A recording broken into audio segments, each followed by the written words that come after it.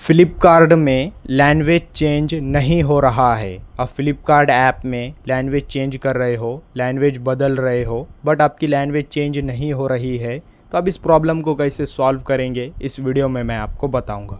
तो इसके लिए आपको मोबाइल होम स्क्रीन पर आना है एंड अपने मोबाइल में प्ले स्टोर ओपन करना है।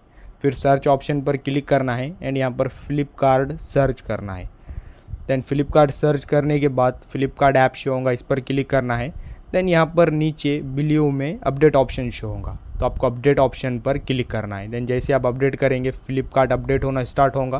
देन अपडेट होने के बाद फ्लिपकार्ट को ओपन करना है। देन ऐप ओपन करने के बाद जब आप यहाँ से लैंग्वेज चेंज करेंगे तो 100% आपकी लैंग्वेज चेंज हो जाएंगी। तो अब इस तरह से लैंग्वेज चेंज कर सकते हो। देन इतना करने के बाद आपकी लैंग्वेज चेंज हो जाएंगी। देन फिर भी आपकी लैंग्वेज चेंज नहीं होती है, अपडेट करने के बाद फिर भी आपकी लैंग्वेज चेंज नहीं होती है, हो सकता है आपके फ्लिपकार्ट में कुछ लैग या ग्लिच होगा।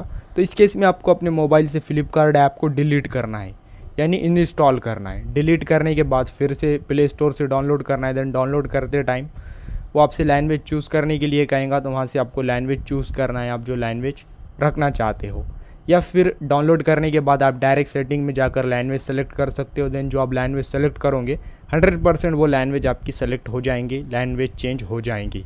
वीडियो इन्फॉर्मेटिव लगा तो लाइक करना।